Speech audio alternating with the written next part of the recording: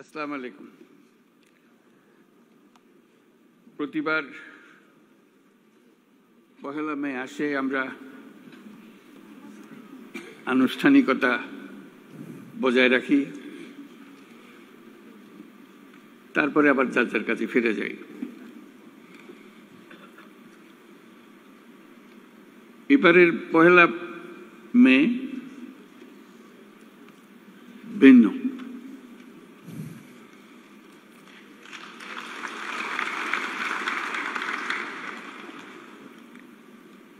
সেটা তো অভ্যুত্থানের মাধ্যমে যে সুযোগ আমাদের সৃষ্টি হয়েছে, সেই সুযোগ এই পরিস্থিতির আয়োজন করে দিয়েছে আমাদের কাছে।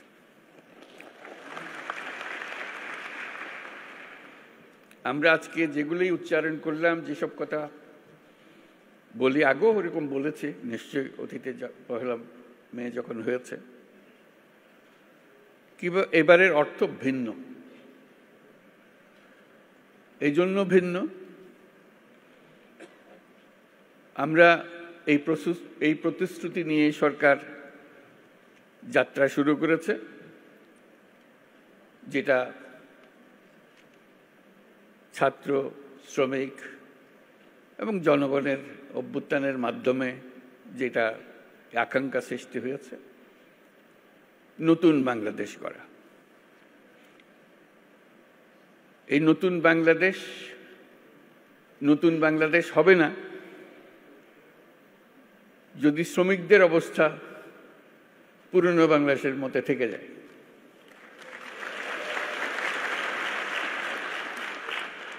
কাজে এটা আমাদের সবার দায়িত্ব, যারা এই নতুন বাংলাদেশে বিশ্বাস করি, যারা এই নতুন বাংলাদেশ গড়ার জন্য প্রাণ দিয়েছে, যারা নতুন বাংলাদেশ গড়ার জন্য আহত হয়ে জীবনের সংগ্রামে রত আছে, আর যারা তাদের প্রতি সমর্থন দিয়েছে। এটা আমাদের দায়িত্ব এবং একই সঙ্গে এটা আমাদের মস্ত বড় সুযোগ। এরকম আকাঙ্ক্ষা আগে কোনোদিন একযোগে এত কঠোরভাবে সৃষ্টি হয়নি, আজকে যেভাবে সৃষ্টি হয়েছে।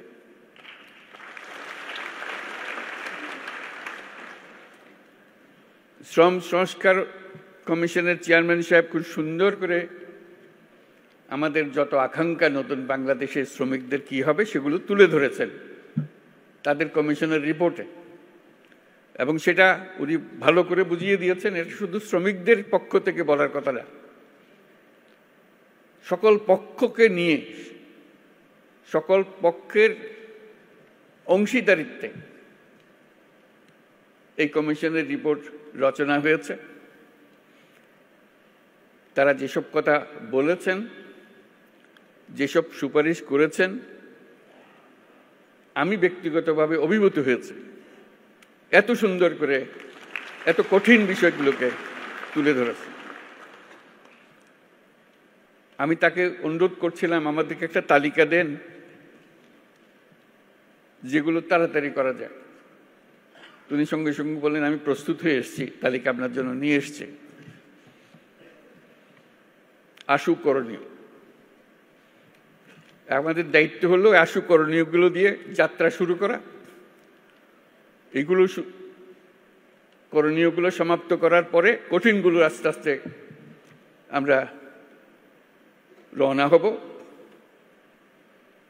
কিন্তু এটা বাস্তবায়ন না করে জাতির কোনো গত্যন্তর নাই। এই নতুন বাংলাদেশ গড়তে হলে আর কিছু কাগজ দলিল থাকার না থাক, এই কমিশনের যে রিপোর্ট আছে এটুকু যদি আমরা বাস্তবায়ন করতে পারি, তাহলে নতুন বাংলাদেশের ভিত্তি রচনা হয়ে গেল। আমরা গৌরবান্বিত হয়ে বলতে পারব আমরা সেই পথেই যাত্রা করেছি এবং সেই পথে চলা আমরা অব্যাহত রাখব। আজকে ভালো লাগলো সবার কথা শুনে, সবার সঙ্গে দেখা করে। আমাদেরকে সবাইকে অনুপ্রাণিত করেছে। আমি বিশেষভাবে অনুপ্রাণিত হয়েছি সবাইকে একসঙ্গে দেখে এবং সবার কথা শুনে। আমি লিখিত বক্তৃতাটা পাঠ করি।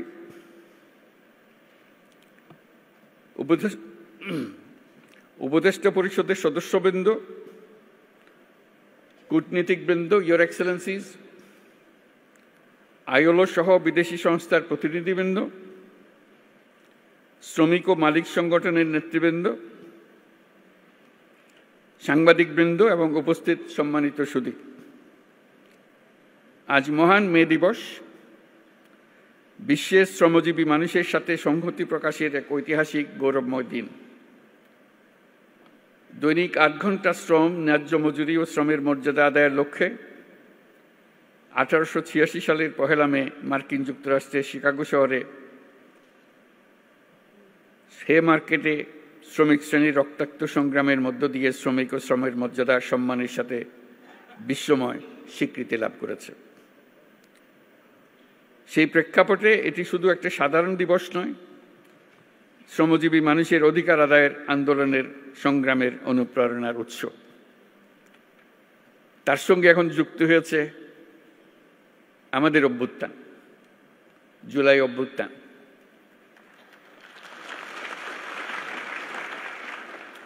এই জুলাই অভ্যুত্থানের কনটেক্সটে 1 মে আবার নতুন বার্তা নিয়ে আমাদের কাছে আসলো। এবার আমরা তার অন্তর্নিহিত যে বার্তা, সেটা প্রতিষ্ঠিত করার প্রতিশ্রুতি নিয়ে আমাদের যাত্রা।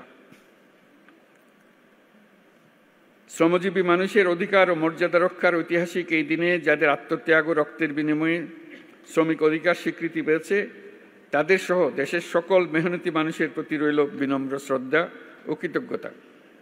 এই মহান দিনে আমি গভীর শ্রদ্ধার সাথে স্মরণ করছি সেই সকল শ্রমজীবী মানুষের যারা 24শে জুলাই গণ অভ্যুত্থানে নিহত হয়েছেন। এই বছর 1 মে এক অনন্য তাৎপর্যের দিন, কারণ মহান মে দিবসের পাশাপাশি একই সঙ্গে আমরা জাতীয় পেশাগত স্বাস্থ্য ও সেফটি দিবস 2025 পালন করছি। শ্রমিক মালিকের সুসম্পর্কের মাধ্যমে দেশের অর্থনীতিকে এগিয়ে নিয়ে যেতে মে দিবসের গুরুত্ব অপরিসীম। এই বছর মে দিবসের প্রতিপাদ্য শ্রমিক মালিক এক হয়ে গর্ব এ দেশ নতুন করে। আমাদের দেশের টেকসই উন্নয়নের জন্য অত্যন্ত তাৎপর্যপূর্ণ। এটি শুধু একটা স্লোগান নয়, বরং জাতীয় জীবনের উন্নয়নের ভিত্তি। কারণ শ্রমিক মালিক পরস্পরের পরিপূরক এবং তাদের যৌথ প্রচেষ্টায় একটি শক্তিশালী, আত্মনির্ভর ও সমৃদ্ধ বাংলাদেশ গড়ে তুলতে পারবে বলে আমি দৃঢ়ভাবে বিশ্বাস করি। একটি জাতির অগ্রগতির মূলে রয়েছে পরিশ্রমী শ্রমজীবী জনগণ এবং দায়িত্বশীল মালিক শ্রেণী। একজনের পরিশ্রম এবং আরেকজনের নেতৃত্ব, ব্যবস্থাপনা ও বিনিয়োগ মিলিয়েই বৃদ্ধি পায় উৎপাদনশীলতা, গড়ে ওঠে শিল্প ও অর্থনীতি। বাংলাদেশের পোশাক খাত, কৃষি, শিল্প, নির্মাণ, পরিবহন, প্রযুক্তি প্রতিটি খাতের উন্নতির পেছনে রয়েছে শ্রমিকের পরিশ্রম। আর এই শ্রমিকের পরিশ্রম এবং মালিকের মেধা। দেশকে নতুন করে গড়ে তুলতে হলে এই ঐক্য, পারস্পরিক শ্রদ্ধা ও আস্থার পরিবেশ সৃষ্টি করতে হবে এবং তৈরি করতে হবে শ্রমিকের সম্ভাবনা, যাতে তারা যেন উদ্যোক্তা হবারও সুযোগ পায়। সুপ্রিয় উপস্থিতি, শ্রমিকের ন্যায্য স্বীকৃতি ও সামাজিক সুরক্ষা নিশ্চিত করতে আমরা প্রতিশ্রুতিবদ্ধ। আন্তর্জাতিক শ্রম কনভেনশন অনুস্বাক্ষরকারী দেশ হিসেবে বাংলাদেশের শ্রমমানকে আন্তর্জাতিক পর্যায়ে উন্নতিকরণে আমরা কাজ করছি। আমরা আন্তর্জাতিক শ্রম সংস্থার সাথে একটা রোডম্যাপ এবং ইউরোপীয় ইউনিয়নের সাথে একটি সময়াবদ্ধ জাতীয় পরিকল্পনা বাস্তবায়ন করছি। তাছাড়া যুক্তরাষ্ট্র সরকারের সাথেও একটি 11 দফা লেবার অ্যাকশন প্ল্যান বাস্তবায়ন করছি।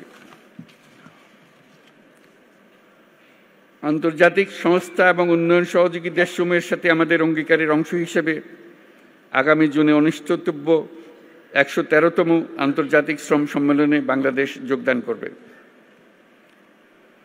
এগুলো বাদেও আসল জিনিস যেটা আমাদের নিজস্ব প্রতিশ্রুতি, আন্তর্জাতিকভাবে আমরা কি করলাম না করলাম সেটা তো হবেই, কিন্তু আমাদের নিজেদের প্রতিশ্রুতি হলো আমাদের এই কমিশনের সংস্কার কমিশনের রিপোর্ট এবং তাদের সুপারিশমালা।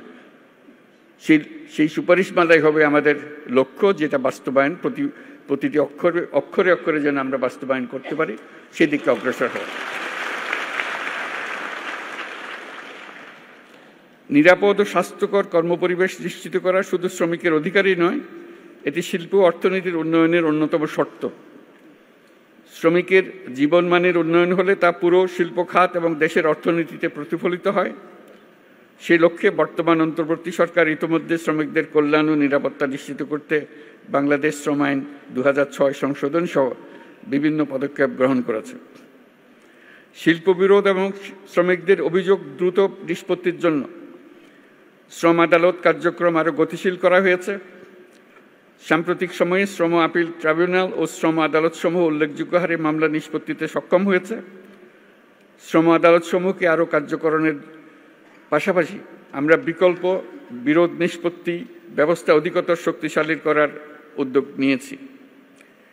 শ্রম কর্মসংস্থান মন্ত্রণালয়ের আওতাধীন কেন্দ্রীয় তহবিলের মাধ্যমে তৈরি পোশাক খাতে এবং শ্রমিক কল্যাণ ফাউন্ডেশনের মাধ্যমে তৈরি পোশাক খাত ব্যতীত অন্যান্য খাতে কর্মরত দুর্ঘটনার শিকার শ্রমিক ও তাদের পরিবারকে এককালীন আর্থিক সুবিধা প্রদান করা হয়ে থাকে। এই সুবিধাকে আন্তর্জাতিকভাবে গ্রহণযোগ্য রূপ প্রদানের জন্য কর্মক্ষেত্রে নিহত ও আহত শ্রমিকদের ও তাদের পরিবারের অধিকার রক্ষায় শ্রম কর্মসংস্থান মন্ত্রণালয়ের ILO-র সহায়তায় শ্রমিকদের জন্য একটি সর্বজনীন এমপ্লয়মেন্ট ইনজুরি স্কিমের পাইলট প্রকল্প বর্তমানে বাস্তবায়ন আছে। অন্যান্য উদ্যোগের পাশাপাশি সারা দেশে ৩২টি শ্রম কল্যাণ কেন্দ্রের মাধ্যমে শ্রমজীবী মানুষের স্বাস্থ্যসেবা প্রদান করা হচ্ছে। শিশু শ্রম নিরসনের লক্ষ্যে নানামুখী উদ্যোগ গ্রহণ করা হয়েছে। এ পর্যন্ত ৪৪টি সেক্টরে ন্যূনতম মজুরি নির্ধারণ করা হয়েছে। তাছাড়া নিরাপদ ও শোভন কর্ম, পরিবেশ বান্ধব প্রযুক্তি এবং দক্ষ জনশক্তি ব্যবহারের মাধ্যমে টেকসই উন্নয়নে অবদানের জন্য প্রতি বছর গ্রিন ফ্যাক্টরি অ্যাওয়ার্ড দেওয়া হচ্ছে।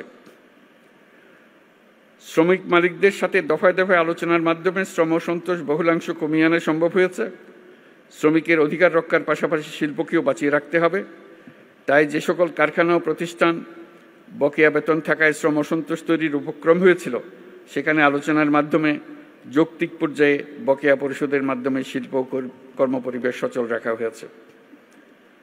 একটি দেশ কেবলমাত্র সমৃদ্ধ হয় যখন তার শ্রমিকেরা নিরাপদ ও সুষ্ঠু পরিবেশে কাজ করতে পারে, মালিকরা তাদের শ্রমের যথাযথ মূল্যায়ন করতে পারে। শ্রমিকদের কল্যাণ নিশ্চিত করা মানে শুধু তাদের জন্য ভালো করা নয়, বরং এটি শিল্প খাতের উৎপাদনশীলতা, জাতীয় প্রবৃদ্ধি ও অর্থনীতির উন্নতির অন্যতম প্রধান শর্ত। এই দেশকে নতুন করে গড়ে তুলতে হলে ঐক্য, পারস্পরিক শ্রদ্ধা এবং আস্থার পরিবেশ সৃষ্টি করতে হবে। দেশকে নতুন করে গড়ে তোলার প্রত্যয়ে উজ্জীবিত হয়ে শ্রমিকের অধিকার রক্ষা, নিরাপদ কর্মপরিবেশ নিশ্চিত করা এবং শ্রমিক মালিক সুসম্পর্ক স্থাপনে সকলকে একযোগে কাজ করার আহ্বান জানাচ্ছি। আমরা যদি ঐক্য ও সহযোগিতার ধারা অব্যাহত রাখি, তাহলে জুলাই আগস্টের ছাত্র শ্রমিক জনতার গণ অভ্যুত্থানের মাধ্যমে বৈষম্যহীন নতুন বাংলাদেশ গড়ার স্বপ্ন শুধু স্বপ্ন নয়, বাস্তব হবে। বাংলাদেশ অত্যন্ত শ্রমঘন দেশ বিদায় শ্রমিকের অধিকারকে সর্বোচ্চ গুরুত্ব দিয়ে কাজ করতে হবে। আমাদের অনেক দূর পথ পাড়ি দিতে হবে। বিভিন্ন প্রশিক্ষণ ও কর্মসূচি গ্রহণের মাধ্যমে অদক্ষ শ্রমিকদের দক্ষ শ্রমিকে রূপান্তরিত করতে হবে। এই জন্য শ্রমিক সংগঠন, ব্যবসায়ী, বিনিয়োগকারী, সুশীল সমাজ, গণমাধ্যম, উন্নয়ন সহযোগী সবাইকে ঐক্যবদ্ধভাবে শ্রমিকের স্বার্থ রক্ষা ও ন্যায্য অধিকার প্রতিষ্ঠায় কাজ করতে হবে। পরিশেষে মহান বে দিবস এবং জাতীয় পেশাগত স্বাস্থ্য ও সেফটি দিবস অনুষ্ঠানে উপস্থিত সকলকে ধন্যবাদ জানিয়ে আমার বক্তব্য শেষ করছি এবং আমরা নতুন বাংলাদেশ